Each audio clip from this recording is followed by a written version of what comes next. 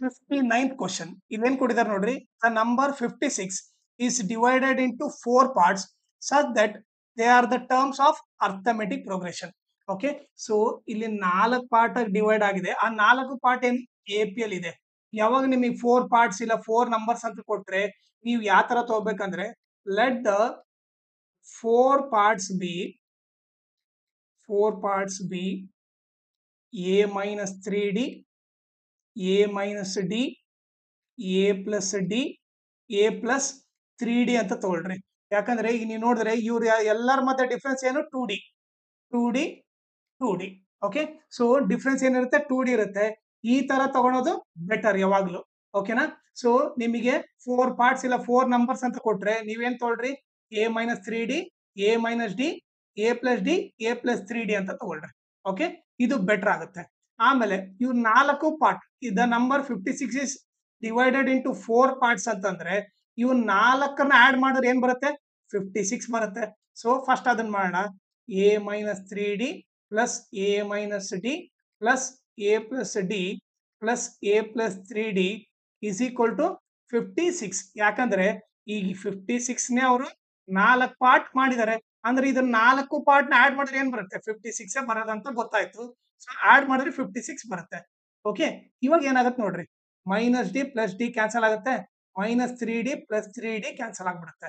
Okay, ಅವು ಉಳಿಯೋದೇನು a plus a plus a plus a 4a ಉಳಿಯುತ್ತೆ. 4a is equal to 56 ಆಗುತ್ತೆ. a is equal to 56 into 4 ಈ ಕಡೆ ಬಂದ್ರೆ ಡಿವೈಡ್ ಬೈ 4. 4 1 4 ಎಷ್ಟು ಉಳಿತು 1 ಉಳಿತು 16. 4 4 16. a ವ್ಯಾಲ್ಯೂ 14 ಅಂತ ಗೊತ್ತಾಯ್ತು. ಓಕೆ, ಇದು ಈಸಿ. ಆಮೇಲೆ ಏನ್ ಕೊಡಿದ್ರು ನೋಡ್ರಿ, if the ratio of the product of their extreme to the product of their means. Okay, ಇದನ್ನ ಯಾವ ತರ ಅಂತ ನೋಡ್ರಿ ನೀವು ಈಗ. ಓಕೆ, ಈಗ 4 ನಂಬರ್ ತಗೊಂಡಿರೋದೇನು a minus 3d, ಓಕೆ, ಇಷ್ಟು a minus d ಇಷ್ಟು a plus d.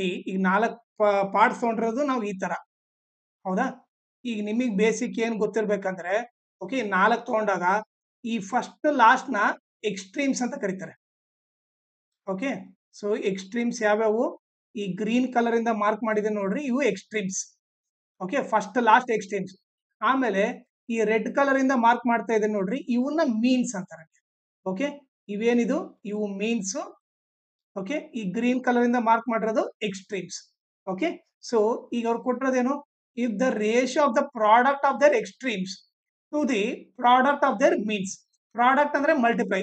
ಓಕೆ, ಈಗ ರೇಷಿಯೋ ಅಂದ್ರೆ ಏನು ಡಿವೈಡೆಡ್ ಬೈ. ಯಾರ್ಯಾರು divided by product of their extreme to the product of their means.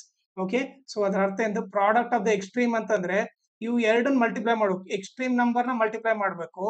Okay, a minus 3d into a plus 3d. Okay, ratio ಅಂದ್ರೆ ಏನು divided by. ಯಾರಿಗೆ divided by product of their means. Okay, product of their means ಅಂದ್ರೆ ಏನು a minus d into a plus d. Okay, so ಅದು ಮಾಡಿದ್ರೆ ಏನು 5:6 ಬರುತ್ತಂದ್ರೆ ಅದನ್ನ ಏನಂತ ಬರಿಬಹುದು 5/6 ಅಂತ ಬರಿಬಹುದು. ಓಕೆ, ಸೊ 5:6 ನ ಏನಂತ ಬರಿಬಹುದು ನಾವು 5/6 ಅಂತ ಬರಿಬಹುದು. ಈಗ ನಾವು ಬರ್ಕೊಂಡಿರೋದು product of their extreme to the ಅಂದ್ರೆ divided by product of the means. Okay, so ಇದನ್ನ ಬರ್ಕೊಂಡ್ವಿ.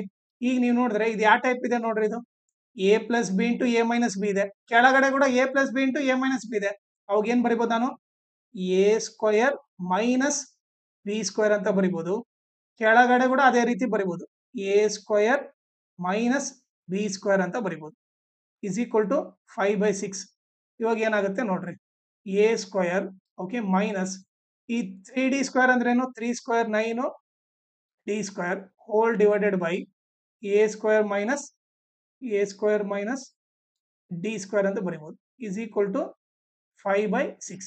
ಈಗ ನಾನೇನ್ ಮಾಡ್ತೀನಿ, a ವ್ಯಾಲ್ಯೂ ಆಲ್ರೆಡಿ ಗೊತ್ತು ನಮ್ಗೆ. a ವ್ಯಾಲ್ಯೂ ಏನು 14 ಅಂತ ಗೊತ್ತು, ಅದನ್ನ ಸಬ್ಸ್ಟಿಟ್ಯೂಟ್ ಮಾಡೋಣ. Okay, 14 square minus 9d square whole divided by 14 square minus d square is equal to 5/6.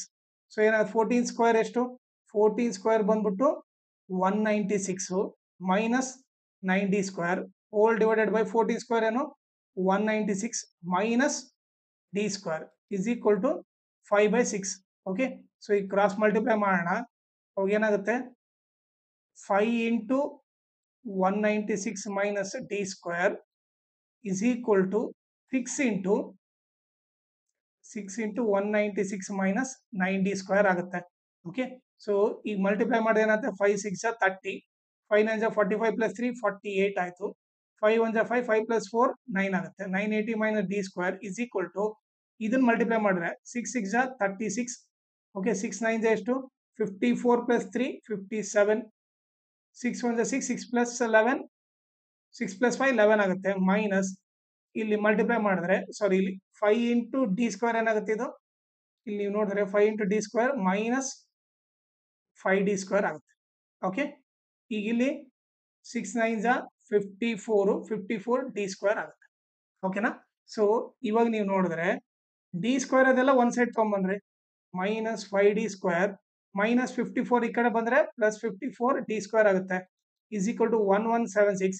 ಈ ಪ್ಲಸ್ 980 ಈ ಕಡೆ ಬಂದ್ರೆ ಮೈನಸ್ 980 ಆಗುತ್ತೆ. ಈಗ ಒಂದು ಪ್ಲಸ್ ಮೈನಸ್ ಇದ್ದಾಗ ಏನ್ ಮಾಡಬೇಕು, ಮೈನಸ್ ಪ್ಲಸ್ ಇದ್ದಾಗ ಗ್ರೇಟರ್ ನಂಬರ್ ಸೈನ್ ಹಾಕಿ ಸಪ್ರೇಟ್. 54 ಅಲ್ಲಿ 5 ಹೋದ್ರೆ ಏನಾಗುತ್ತೆ 49 ಡಿ ಸ್ಕ್ವೇರ್ ಆಗುತ್ತೆ. ಹೌದಾ, ಇಸ್ ಈಕ್ವಲ್ ಟು ಇವ್ರಿಬ್ಬರನ್ನ ಸಪ್ರೇಟ್ ಮಾಡ್ರಿ. 1176 ಅಲ್ಲಿ 980 ಹೋದ್ರೆ 6. ಓಕೆ, 17 ಅಲ್ಲಿ ಇದು 17 ಅನ್ಕೊಂಡ್ರೆ ಇದೇನಾಗುತ್ತೆ, ಬಾರೋ ತಗೊಂಡ್ರೆ ಇದು 10, ಇದೇನಾಗುತ್ತೆ 0 ಆಗುತ್ತೆ. ಈಗ 17 ಅಲ್ಲಿ 8 ಹೋದ್ರೆ 9, 10 ಅಲ್ಲಿ 9 ಹೋದ್ರೆ 1. ಓಕೆ, ಇದೇನಾಯ್ತು, ಇದು 196 ಆಗುತ್ತೆ. ಓಕೆ, ಈಗ 49 d square is equal to 196. D square is equal to 196 into 4 ಈ ಕಡೆ ಬಂದ್ರೆ ಡಿವೈಡ್ ಬೈ 4. 4 1 ಜಾ 4 4 ಜಾ ಎಷ್ಟು 4 4 ಜಾ ಸಾರಿ ಇಲ್ಲಿ 49 ಬರುತ್ತೆ. ಸಾರಿ ಇಂಟು 49 ಈ ಕಡೆ ಬಂದ್ರೆ ಡಿವೈಡ್ ಬೈ 49 ಆಗುತ್ತೆ. 49 1 ಜಾ 49 4 ಜಾ. ಓಕೆ, 49 4 ಜಾ 196. ಸೊ ಅವಾಗ ಏನಾಯ್ತು, d square is equal to 4. ಈ ಸ್ಕ್ವೇರ್ ಅದ ಕಡೆ ಹೋದ್ರೆ ಪ್ಲಸ್ ಆರ್ ಮೈನಸ್ ರೂಟ್ 4 ಆಗುತ್ತೆ. D is equal to plus or minus root 4 ಏನು. ಈಗ ನಮಗೇನು ಏನು ಗೊತ್ತಾಯ್ತು, ಎ ವ್ಯಾಲ್ಯೂ ಆಲ್ರೆಡಿ ಕಂಡಿಡಿದ್ವಿ ಎಷ್ಟು 14 ಅಂತ. ಡಿ ವ್ಯಾಲ್ಯೂ ಏನು ಪ್ಲಸ್ ಆರ್ ಮೈನಸ್ 2 ಅಂತ ಗೊತ್ತಾಯ್ತು. ಓಕೆ, ಸೊ ಈಗ ನಾನೇನ್ ಮಾಡ್ತೀನಿ, ಕೇಸ್ 1 ಕೇಸ್ 2 ಬರ್ಕೊಂಡ್ಬಿಡ್ತೀನಿ. ಕೇಸ್ 1 ಓಕೆ ಏನು ಎ ವ್ಯಾಲ್ಯೂ 14 ಅಂತ ತಗೊಂತೀವಿ, ಡಿ ವ್ಯಾಲ್ಯೂ ಪ್ಲಸ್ 2 ಅಂತ ತಗೋಣ. ಓಕೆ, ಕೇಸ್ 1 ಅಲ್ಲಿ ಯಾಕಂದ್ರೆ ಪ್ಲಸ್ ಆರ್ ಮೈನಸ್ ಬಂದತೆ, ಒಂದ್ಸರಿ ಪ್ಲಸ್ ತಗೋಣ, ನೆಕ್ಸ್ಟ್ ಮೈನಸ್ ತಗೋಣ.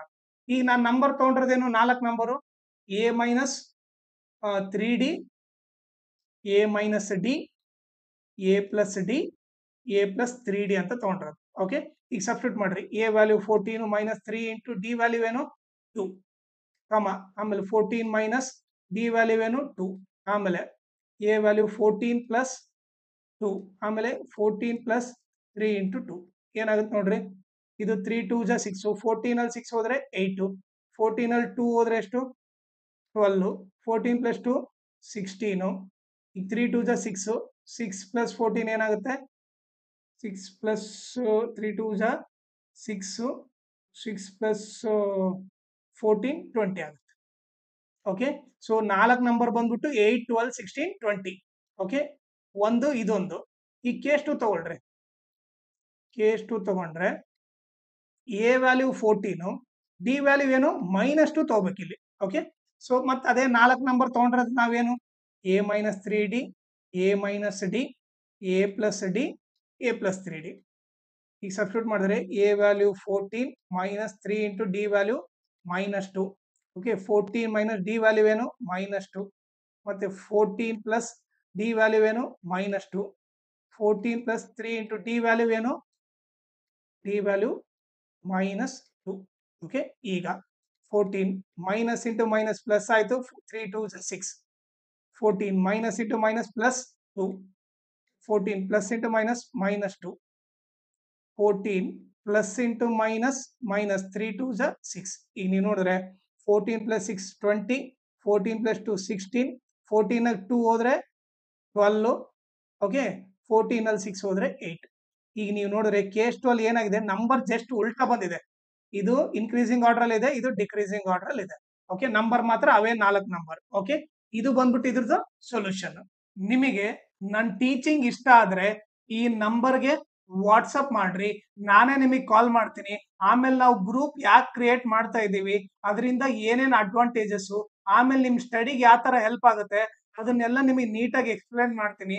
ಆಮೇಲೆ ನಿಮಗೆ ಎಕ್ಸ್‌ಪ್ಲೇನ್ ಮಾಡಿದ್ಮೇಲೆ ನಿಮ್ಗೆ ಇಷ್ಟ ಆದ್ರೆ ನೀವು ಈ ವಾಟ್ಸಪ್ ಗ್ರೂಪ್‌ನ ಜಾಯಿನ್ ಆಗ್ರಿ. ಇಲ್ಲಾಂದ್ರೆ ನಿಮ್ ಇಷ್ಟ.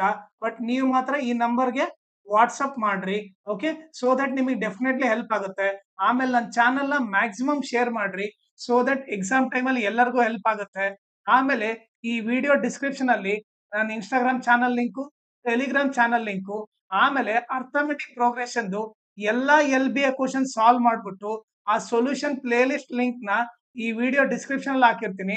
ಅದನ್ನ ನೀವು ರೆಫರ್ ಮಾಡಿ.